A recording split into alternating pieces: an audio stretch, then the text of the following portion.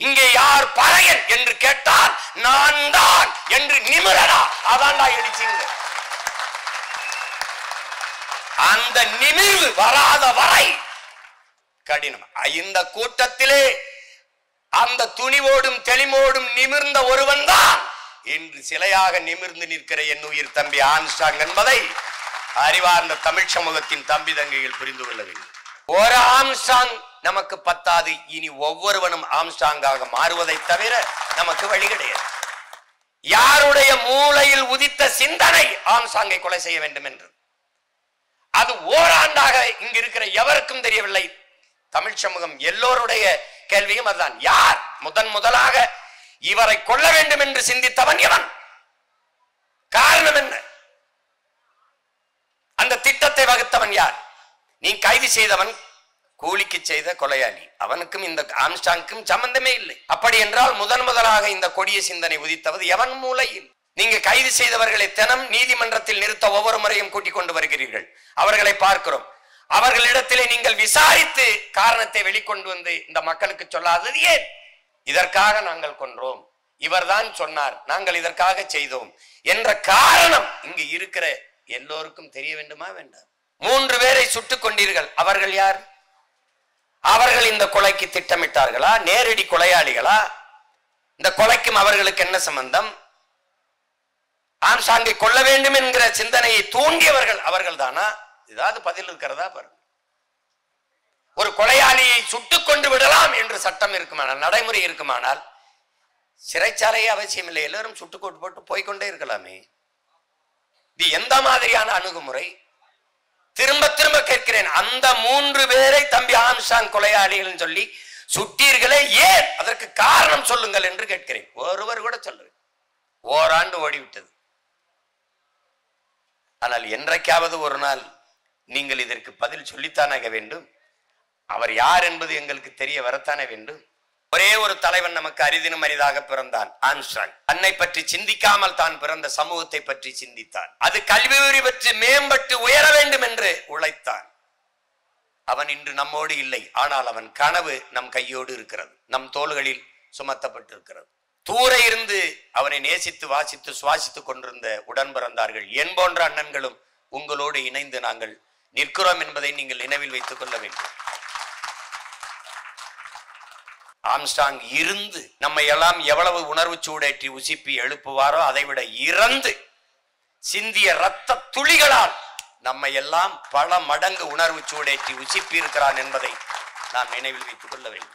நான் கூட கேட்டேன், நீங்க எப்படி இந்த ஆம்ஸ்ட்ராங் இதை இவ்வளவு கவனக்குறைவா விட்டீர்கள் என்று. காவல்துறைகள் சொல்கிறார், நாங்கள் 2 முறை எச்சரித்தோம் என்கிறார்.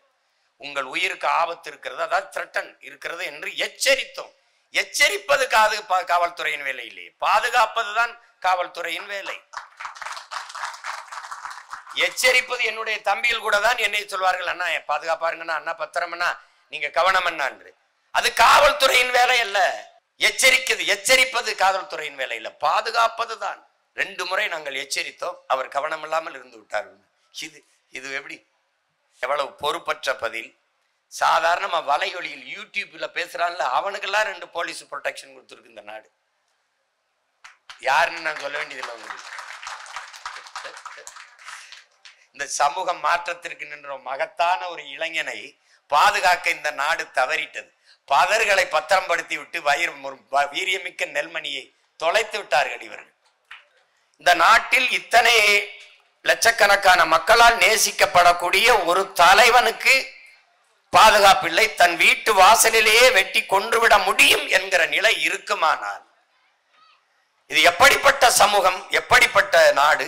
சாதாரண குடிகளுக்கு என்ன பாதுகாப்பு இருக்கும் என்கிற கேள்வி எல்லோருக்கும் எழும். கொன்று விட்டார்கள்.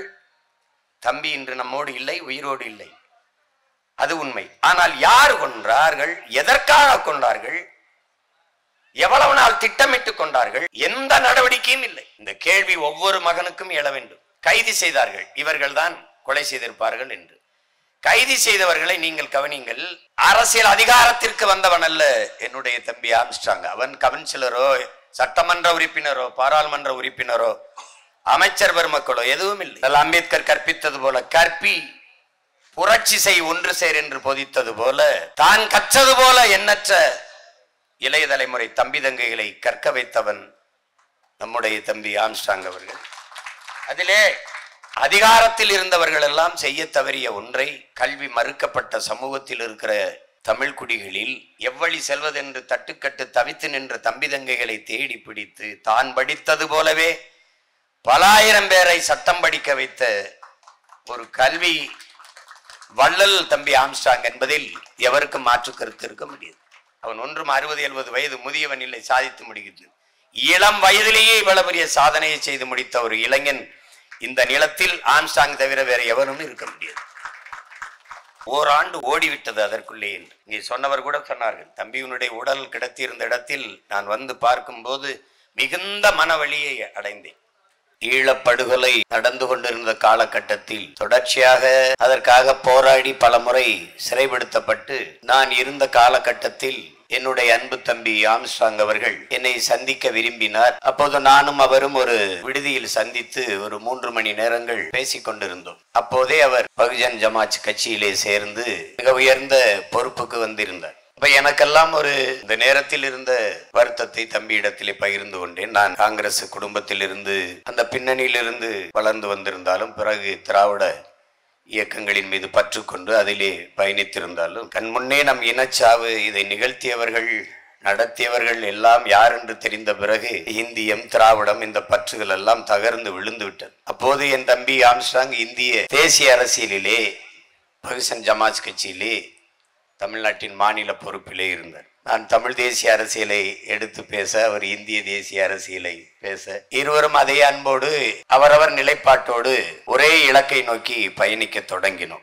அதுவும் மிக கீழ்நிலையிலிருந்து வளர்ந்து வருகிற ஒரு இளைஞன் தான் சிறப்பாக வாழ வேண்டும், தானும் தன் குடும்பமும் வசதியாக வாழ வேண்டும், அப்படித்தான் எல்லோரும் எண்ணுவார்கள். ஆனால் என்னுடைய தம்பி ஆம்ஸ்ட்ராங் அவர்கள் தான் கல்வி கற்று உயர்ந்த நிலைக்கு வந்தது போல தான் சார்ந்த சமூகத்தில் இருக்கிற ஒவ்வொரு மகனும் ஒவ்வொரு பிள்ளையும் வர வேண்டும் என்று எண்ணிய ஒரு மகத்தான தலைவன் ஆம்ஸ்ட்ராங் அவர்கள்.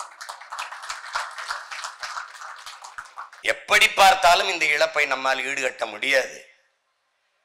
ஆனால் தம்பிக்கு நாம் செய்ய வேண்டியது நீதியை பெற்றுக் கொடுத்து அவன் காலடியில் சமர்ப்பிக்க வேண்டும். அவனுடைய கனவை நாம் நிறைவேற்ற வேண்டும்.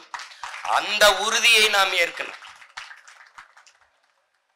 தாழ்ந்து வீழ்ந்து கிடக்கிற தமிழ் சமூகத்தின் மேம்பாடு உயர்வு, அதுக்கு இருக்கிற ஒரே கருவி கல்வி அறிவு. அது ஒன்றுதான். வாக்கு என்பது மக்களாட்சியை ஏற்றுக்கொண்ட ஒரு தத்துவத்தை ஏற்றுக்கொண்ட ஜனநாயக நாட்டிலே, மக்களாட்சியை ஏற்றுக்கொண்ட நாட்டிலே வாக்கு என்பது வலிமை மிக்க கருவி, வலிமை மிக்க ஆயுதம். அண்ணலே நமக்கு போதிக்கிறார், என்னை கடவுளாக்கி வழிபடாதே, கருவியாக்கி போராடு என்று. அப்படி தம்பி ஆம்ஸ்ட்ராங் என்பவன் நமக்கு வழிபடுகிற ஒரு ஆள் அல்ல. நாம் ஆயுதமாக அவனை கையிலே ஏந்தி, ஆம்ஸ்ட்ராங் என்பது வலிமை மிக்க ஆயுதம், வலிமை மிக்க கருவி. அதை எடுத்துக்கொண்டு களத்தில் நின்று போராடி நம் இன விடுதலை வென்று முடிக்க வேண்டும் என்கிற உறுதியை இந்நாளிலே ஏற்போம். என்னுடைய ஆருயிர் இளவல் என் அன்பு தம்பி, பகுஜன் ஜமாத் கட்சியினுடைய மாநில தலைவர், சமத்துவ தலைவன் ஆம்ஸ்ட்ராங் அவர்களுக்கு என்னுடைய உளப்பூர்வமான புகழ் வணக்கத்தை செலுத்துவதில் நான் பெருமை அடைகிறேன். அவனுடைய கனவு நம் கைகளில் இருக்கிறது. அதை நிறைவேற்றும் வரை சற்றும் தளர்ச்சியின்றி தொடர்ந்து போராடுவோம். உங்களோடு உங்கள் உடன் பிறந்தான் இணைந்து நிற்பேன் என்கிற உறுதியை இந்நாளிலே தருகிறேன். புதிதாக தொடங்கப்பட்ட தமிழ்நாடு பகுஜன் ஜமாத் கட்சிக்கு என்னுடைய அன்பும் வாழ்த்துக்களும். தம்பி விட்டு சென்ற கனவை அவருடைய இணையால் பொற்கொடி அம்மையார் அவர்கள் நிறைவேற்றுவார்கள் என்று நான் நம்பி அவர்களுக்கு என் இதயபூர்வமான வாழ்த்துக்களை தெரிவிக்கிறேன். தமிழ் மாநில பகுஜன் ஜமாத் கட்சியினுடைய தலைவராக தம்பியினுடைய உயிர் துணையால் பொற்கொடி அம்மையார் அவர்கள் பொறுப்பேற்றிருக்கிறார்கள். அவர்களுக்கு என்னுடைய புரட்சிகரமான வாழ்த்துக்கள். தம்பி விட்டு சென்ற பணியை நீங்கள் தொடர்ந்து சென்று அவனுடைய கனவை வென்று முடியுங்கள். அதற்கு நாங்கள் எல்லோரும் உங்களுக்கு உறுதுணையாக இருப்போம் என்கிற உறுதியை தருகிறேன். உங்கள் அனைவருக்கும் என் அன்பும் வணக்கமும், என் ஆருயிர் தம்பி ஆம்ஸ்ட்ராங்குக்கு என்னுடைய புகழ் வணக்கம். நாம் தமிழர். ஜெய் பீம்.